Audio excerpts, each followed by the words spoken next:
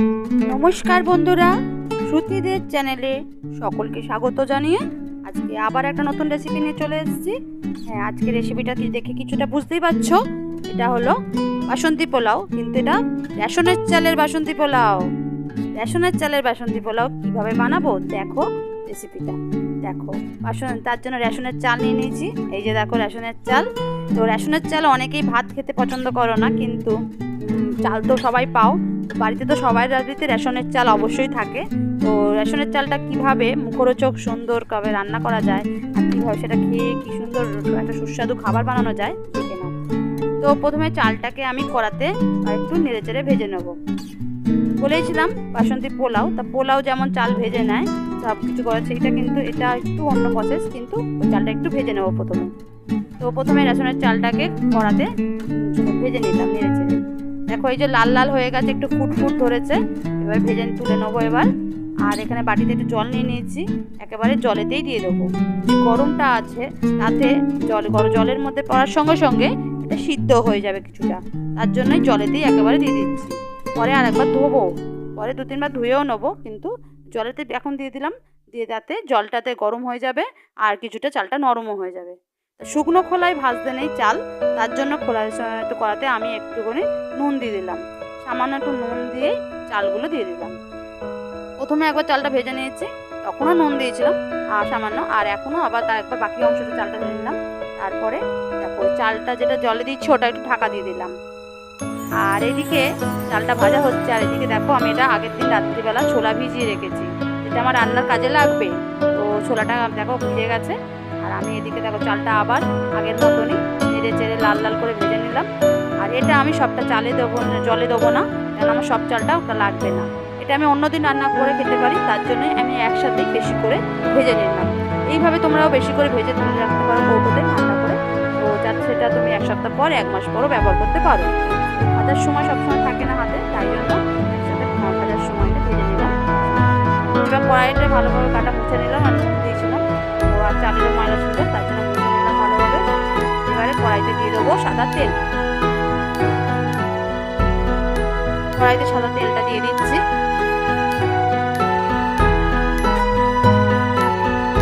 তেলটা একটু গরম হোক, তেলটা গরম হলে তারপরে বাকি ফোড়নগুলো দেবো জিরা ফোড়ন আর কাঁচা লঙ্কা। তোমার শুকনো লঙ্কাও দিতে পারো, শুকনো লঙ্কা দিলে কিন্তু খুব সুন্দর স্মেলও হয়, টেস্টও হয়। শুকনো লঙ্কা আমার এখানে পছন্দ করে না খুব একটা, তাই জন্য আমি একটা কাঁচা লঙ্কা দিলাম।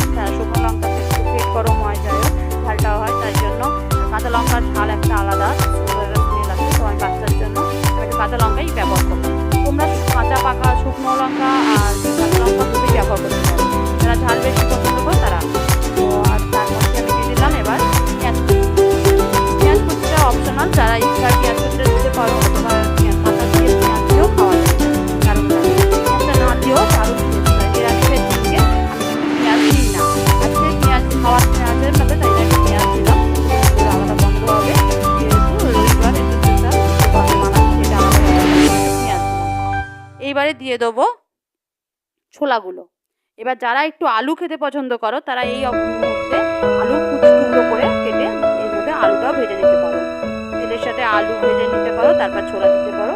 তারপর এইগুলো দিয়ে নেড়ে চেড়ে কষিয়ে নিতে হবে একটু ভালোভাবে, যাতে ছোলাটা একটু সুন্দর একটা স্মেল আসে। ভালোভাবে ভাজা ভাজা করে নিলাম, পেঁয়াজ কুচি, লঙ্কা কুচি আর জিরা ফোড়ন দিয়ে ছোলাটা ভেজে নিচ্ছি। আর যারা আলু খাবে অবশ্যই এতে আলুর টুকরোগুলো দিয়ে দিও। আমি আলুটা অ্যাভয়েড করলাম, কেননা দেখো এখন বেশিরভাগ সবাই সুগার, আমার হাজব্যান্ডের যারা খাবে, তো আলুটা পছন্দ না বন্ধ হওয়ার জন্য আলুটা বন্ধ। তো তোমরা আলু দিতে পারো, তাছাড়া সুন্দর সুন্দর দিতে হয়। তবে এদিকে ভাজা হয়ে গেছে, আর এইদিকে আমার চালটাও ভালোভাবে ধুয়ে নিয়েছি কল থেকে। এইবারে দিয়ে দেবো চালগুলো, সেম প্রসেসই, কিন্তু এটা গরিবের পোলাও বলতে পারো, গরিবের পোলাও বা রেশনের চালের পোলাও। তো রেশনের চাল অনেকেই মনে করে রেশনের চাল খায় তারা গরিব, কিন্তু দেখো এখনকার যা সমাজের পারিপার্শ্বিক অবস্থা সবাইকে সব রকমই খেতে হয়, তাই রেশনের চালটাকে একটু অন্যরকম করে খাওয়ার জন্য এইভাবে বানালাম।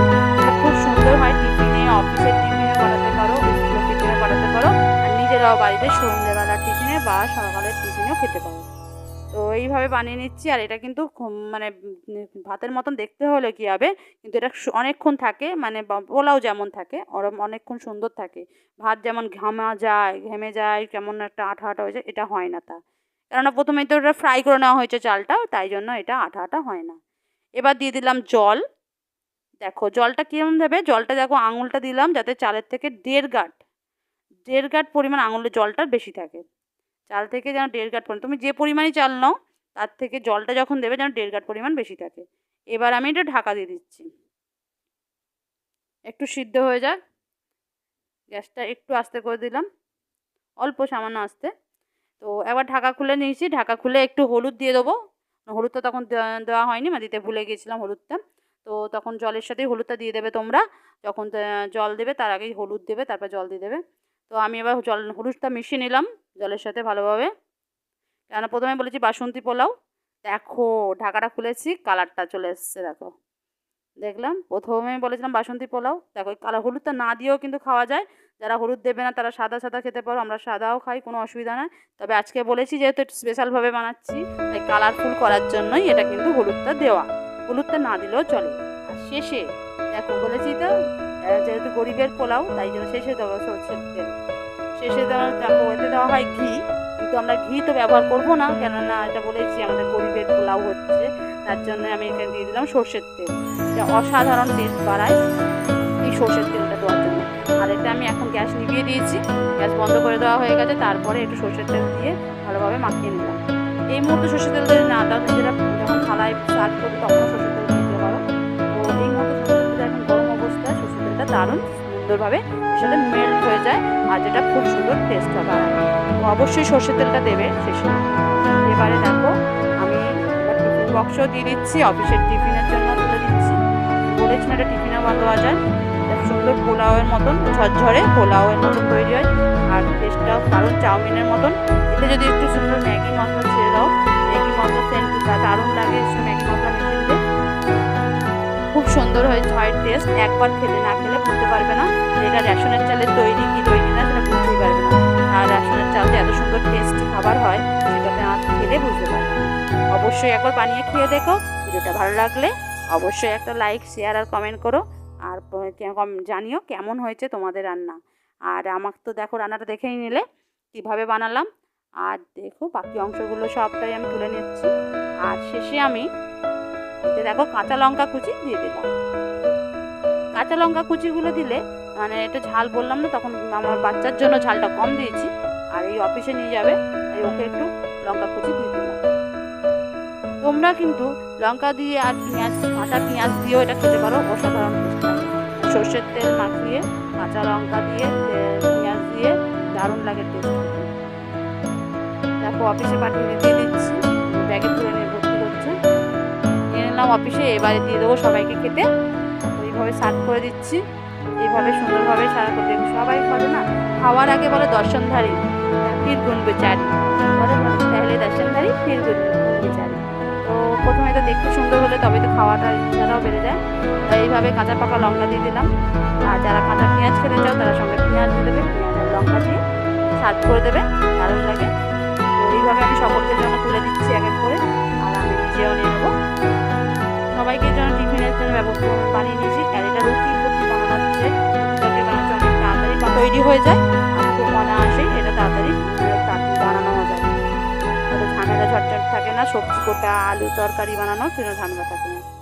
তবে এটা তো তরকারি সহযোগেও খাওয়া যায়, খুব সুন্দর লাগে টেস্ট। তো আমরা এইভাবে খেয়ে নিলাম, এটা কিছু আর লাগে না, কিন্তু দারুণ লাগে। শুধু এটাই খাওয়া যায় চাউমিনের মতন, যেন অলরেডি এতে পেঁয়াজ দেওয়া আছে। দেখো এটা আমি আমাদের দিয়ে দিলাম, আমাদের পরিচিত একটা দিদিকে দিয়ে দিলাম, এসেছে বাড়িতে, তাই জন্য আমি খেতে দিলাম। তো খেয়ে বলতে খুব সুন্দর হয়েছে, এটা দারুণ হয়েছে। ওরাও বানিয়ে খেয়ে দেখো, তো ওরা ভালো লেগেছে, বললো খুব সুন্দর হয়েছে, আমিও বাড়ি থেকে বানাবো। দেখো ঝরঝরে হয়েছে। এইভাবেই সহজেই রেশনের চালে পোলাও ওরা বানিয়ে নেওয়া। আর এই ছুটি এসছে স্কুল থেকে অনেক বেলায়, তাই জন্য দুপুরে একটু তরকারি ছিল, তরকারি দিয়ে তোমার বলেছিলাম আলু দিলে ভালো হয়। তো একটু আলুটা না দিয়ে দেওয়া যেহেতু দেওয়া হয়নি, আর ওকে একটু তাই আলুর জন্যই তরকারিটা নিলাম। তো ওই তরকারি দিয়েও দারুণ লাগছে টেস্ট, কিন্তু তরকারি দিয়ে টেস্ট আরও ডবল বেড়ে যায়। তো তোমরা অবশ্যই দেখো, দুরকমই খেয়ে দেখো, শুকনোও খেয়ে দেখো পেঁয়াজ লঙ্কা দিয়ে, আর শুধু তরকারি থাকলে তরকারি দিয়ে খেয়ে দেখো। তো আমি শ্রুতিকে খাওয়াতে থাকি, তোমরা ভিডিওটা দেখতে থাকো, ভালো লাগলে অবশ্যই একটা বাড়িতে বানিয়ে দেখো কেমন লাগছে। আশা করি ভালোই লাগবে। রেশনের চাল সবার বাড়িতে থাকে, তোমরা অবশ্যই বানিয়ে দেখো। আজকের মতো এখানেই ভিডিওটা শেষ করলাম।